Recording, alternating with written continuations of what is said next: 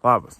Seniai dariau tokį video, tai nusprendžiau dabar padaryti išėjęs į lauką pasivaikščiodamas. Visai norėčiau paaiškinti, kur buvau dingęs ir ką supratau ir kaip man viskas klostosi šiaip tai gyvenime.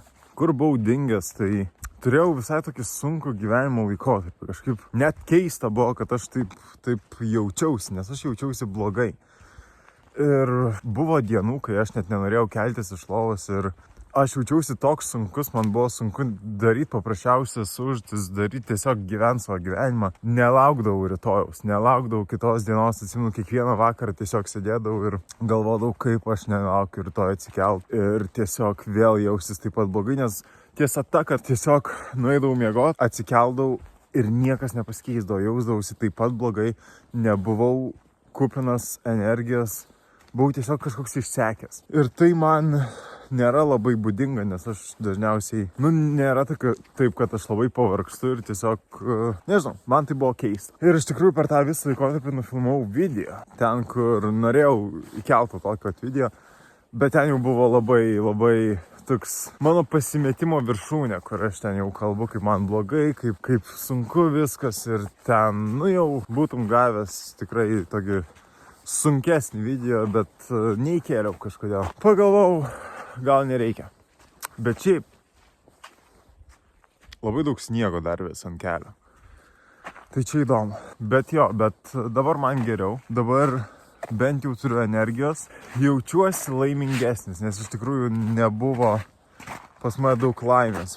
Kokias, nežinau, 2-3 savaitės gal, kur nelinkėčiau niekam tokio laikotarpio, nes tikrai buvo tamsus laikotarpis ir aš net nelabai supratau, iš kur ir kodėl jisai taip pas mane atsirado.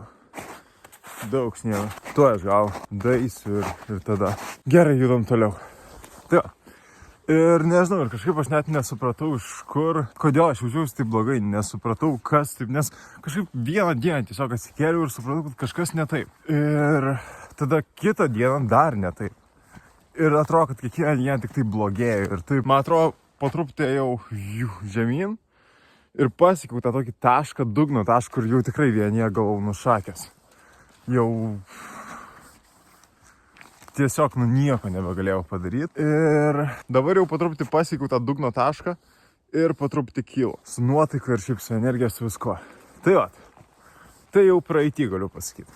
Bet būdamas tam taške, aš pradėjau mąstyti apie gyvenimą, apie ateitį, apie viską.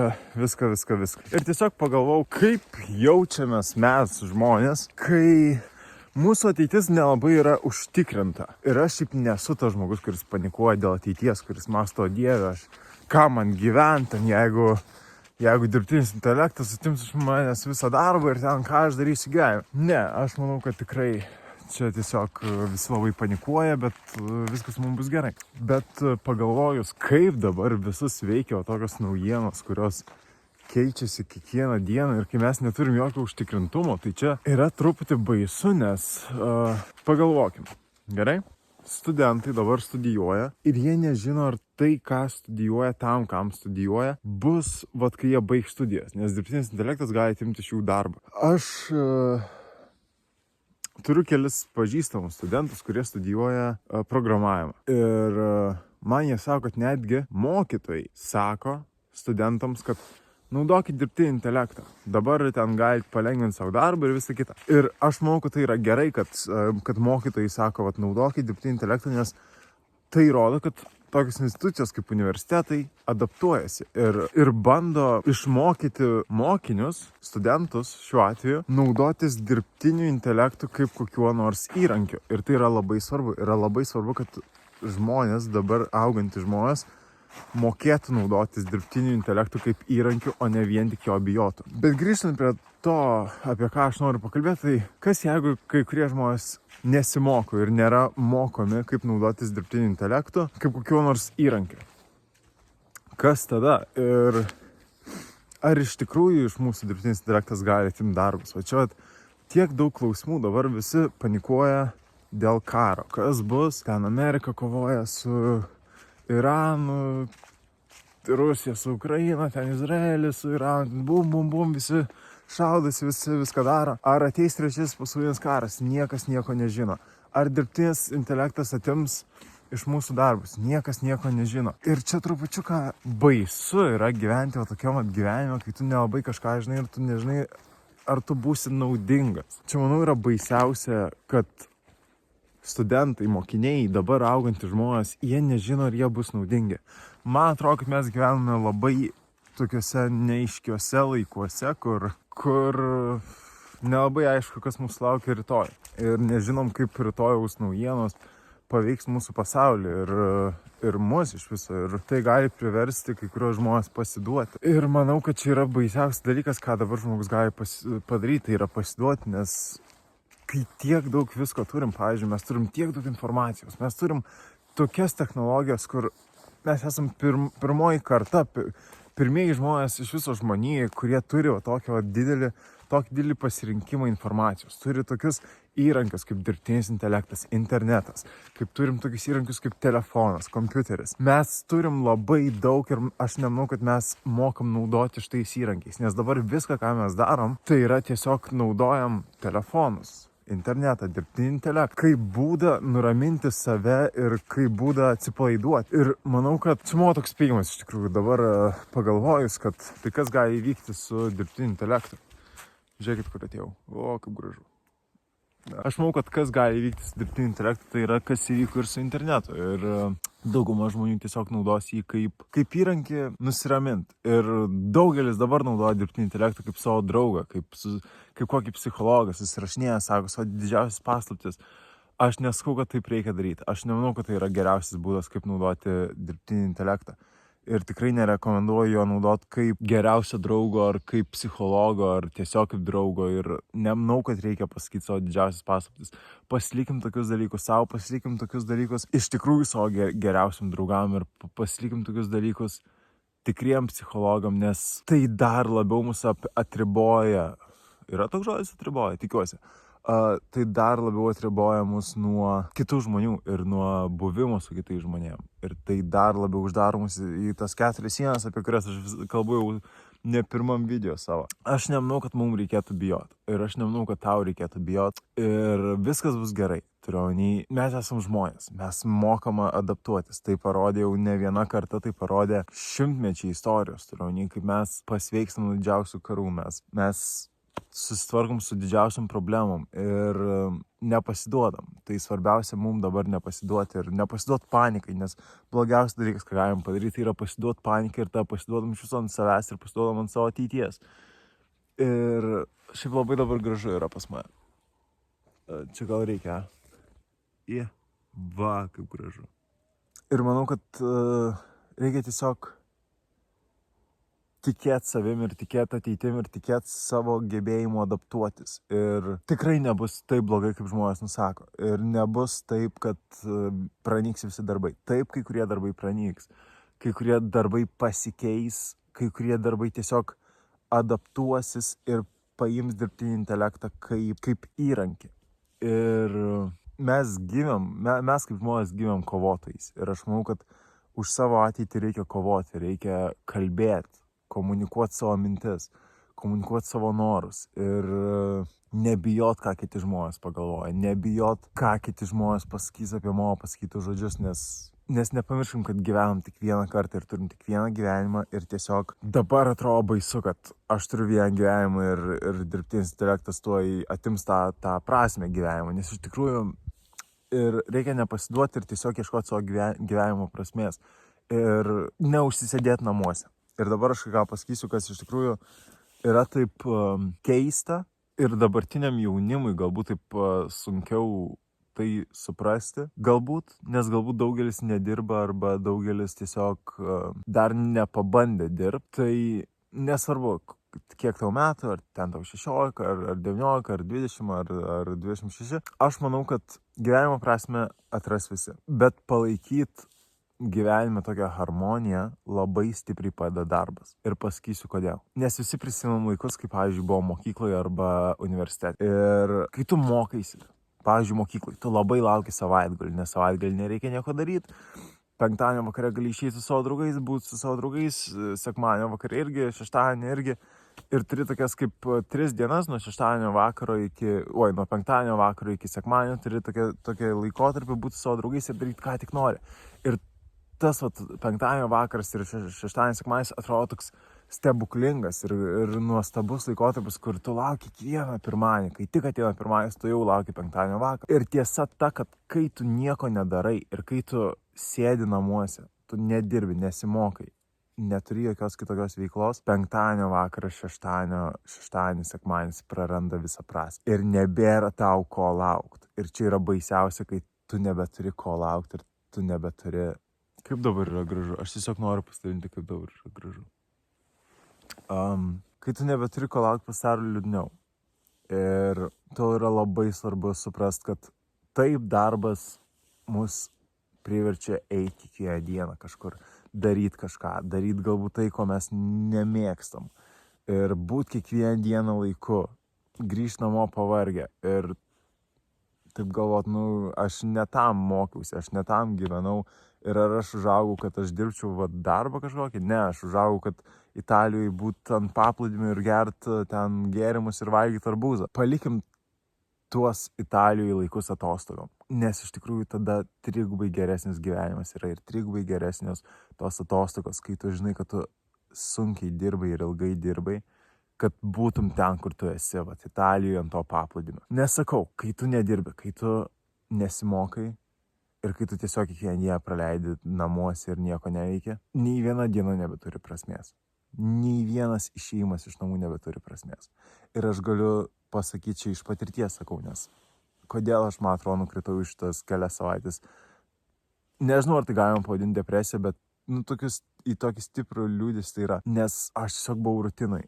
Ir rutinai nėra iš tos gerosios prasmės, kad aš dirbu ar kažką. Aš tiesiog buvau namuose visą laiką. Man nereikėjo eiti jokį darbą, man nereikėjo eiti jokią mokyklą, jokį universitetą. Aš turiu kelis savo projektus, kuriuos galiu daryti bet kada tik noriu. Ir man niekur nereikia. Aš galiu daryti ką tik noriu. Aš turiu laiko tieko. Ir čia yra didžiausias spąstai.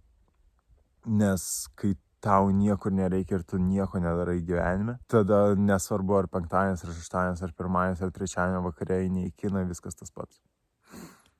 Ir galiausiai pasieki tokį tašką, kai tu krenti tik žemyn. Ir pasieki tą tašką, kur niekas nenori būti ir aš niekam nelinkėčiau.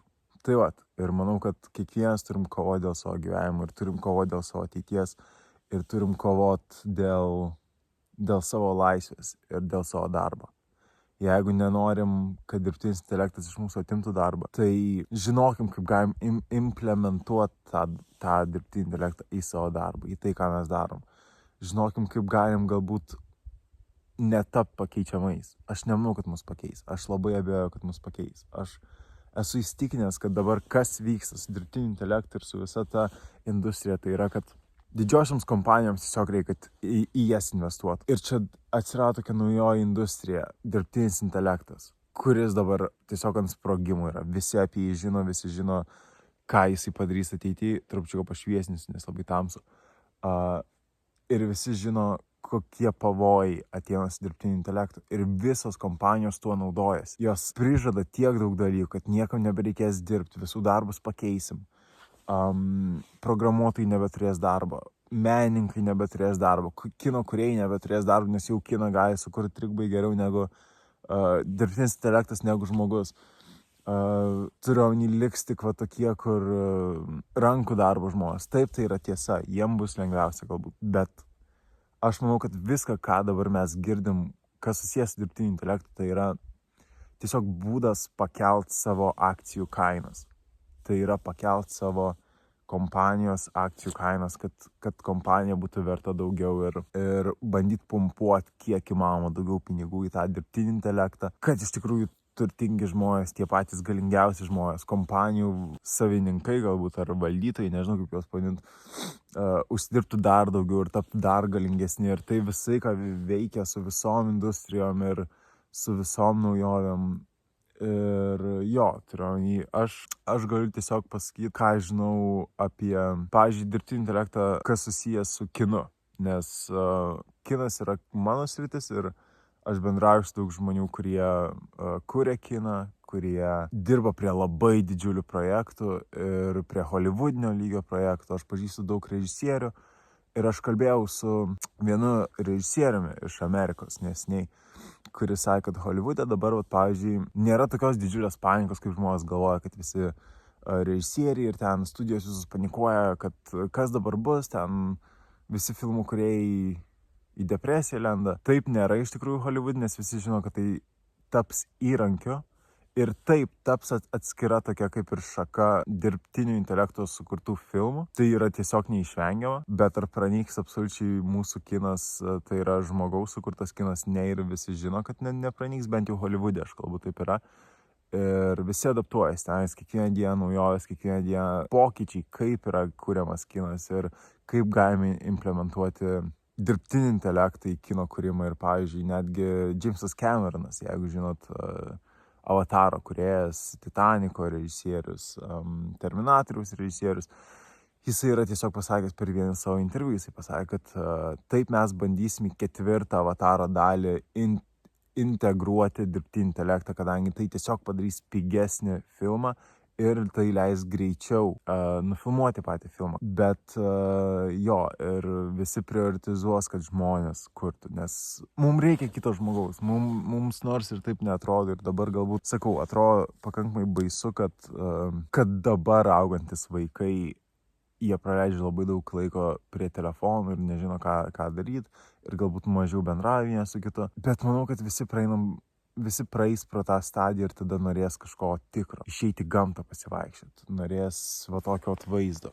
Tikro vaizdo, ne sukurto dirbtinio intelekto. Jie norės tai pamatyti savo akim, tai jie norės pajaustai. Ir čia yra mano nuomonė, kad žmonėm pradės atsibost tas toks netikrumas ir pradės atsibost galbūt didžiosios platformos tokios, kur visi žmonės yra netikri, nes kas pas mane iš tikrųjų irgi įvyko per šitas kelias savaitės depresijos. Vadinkim depresiją. Nors nemanau, kad tai yra depresija, bet vadinkim depresiją.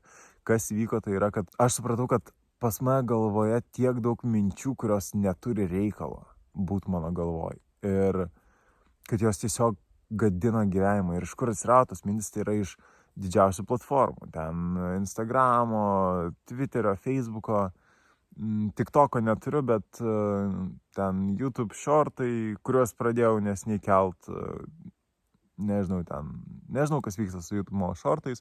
Tiesiog kartais kelsiu galbūt kaip jaučiuosi ir kaip tokius mažus apmąstymus pradėsiu YouTube shortus kelt. Tai vat, ir tos mintis atsirado dėl visų šitų dalykų, nes pradedi žiūrėti video ir pradedi galvoti ten lygintis galbūt su kitais žmonėm, kas yra blogiausias dalykas, ką tu gali daryti gyvenime. Tai yra lygintis su kitais žmonėm. Tikrai nerekomenduoju tau niekada gyvenime lyginti su kitais žmonėm ir galvoti, kaip kiti žmonės ten gyvena, ar ką jie turi, ko tu neturi.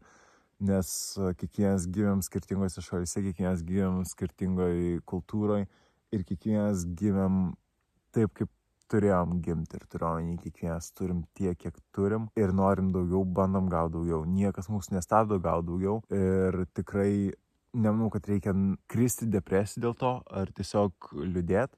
Aš manau, kad reikia per daug savęs nespaust. Ir šiuo atveju reikia tiesiog atsipalaiduoti. Aš labai čia tamsus dabar atrodo, dabar geriau. Reikia atsipalaiduoti šiuo klausimu, nes kai tu savęs spaudi dėl tokių dalykų, kad aš neturiu ten to, aš neturiu to ir aš neatrodau galbūt taip, kaip atrodo ten žvaigždės arba ten kažkokie žmonės skirtiniai. Kodėl aš taip neatrodau ir kodėl ten aš atrodau kitaip, čia jau reikia sakyti stop ir trupčiuką tą pedalą atleist gazo ir suprast, kad čia jau mes einam į tokią blogą teritoriją, ten, kur mes neturėtumėm būti ir neturėtumėm taip mąstyti. Susifokusuojame tai, ką turim. Susifokusuojame mūsų gyvenimą, į mūsų praeitį, į mūsų ateitį.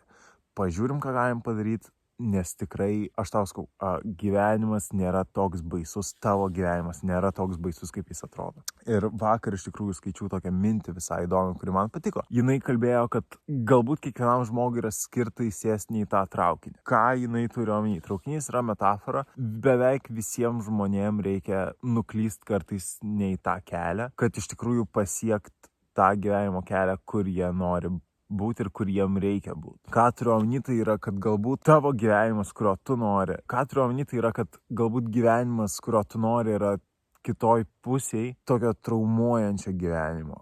ir gyvenimo, kur tu padarai labai daug klaidų. Tai manau, kad yra būtina nueiti tokią klaidų kelią ir traumų kelią, kad pasiektum savo tikrą tikslą, savo ateitį, kuri tau yra skirta. Tikiuosi, kad aš čia logiškai pašnekėjau. Tai va, bet jo, čia labai jau ilgas video, tai aš manau, kad šitą video jau stabdau. Jo, bandysiu daryti daugiau tokių video, jau pavasaris, aš labai džiaugiuosi, kad pavasaris. Iš tikrųjų, kai buvo žiema, aš jaučiausi irgi blogai, bet galvojau, va, ateis pavasaris ir man bus geriau psichologiškai. Ir tada atėjo pavasaris ir man buvo dar blogiau. Ir aš pasijau tą tokį dugną ir dabar patruputį kilo. Tai va, bet jo, pavasaris neliūdėkim ir jeigu tau va yra blogai ir tu jautiesi taip, kaip aš jaučiausi, tai yra tu jautiesi sunkus, tu nieko negali padaryti. Bet kokia užduotis ten, kasdienė užduotis, žinai, ten atsistoti iš lovos, jaučiasi labai kaip sunkus darbas, tai atsipalaiduok ir nustok save spaust. Ir bandyk tiesiog įkvėpti, iškvėpti ir apmastyti viską, ką tu turi. Ir iš tikrųjų kartais, čia gali nuskambėti iš tikrųjų juokingai, bet pavalgyk daugiau angliavandenių. Kokio nors batono arba ten duonos bandelių daugiau suvalgyk.